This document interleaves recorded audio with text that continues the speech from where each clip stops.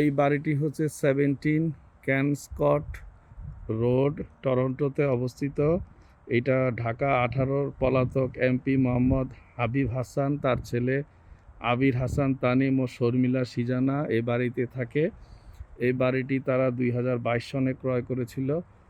এই আবির হাসান এবং হাবিব হাসান দুজনের বিরুদ্ধে বাংলাদেশে নিষেধাজ্ঞা রয়েছে। তারা বহু মানবাধিকার লঙ্ঘন, গত জুলাই আগস্টে গণহত্যা এবং গত 17 বছর বাংলাদেশে মানুষের উপর নির্যাতন, অর্থ পাচার অনেক কিছুর সাথে জড়িত।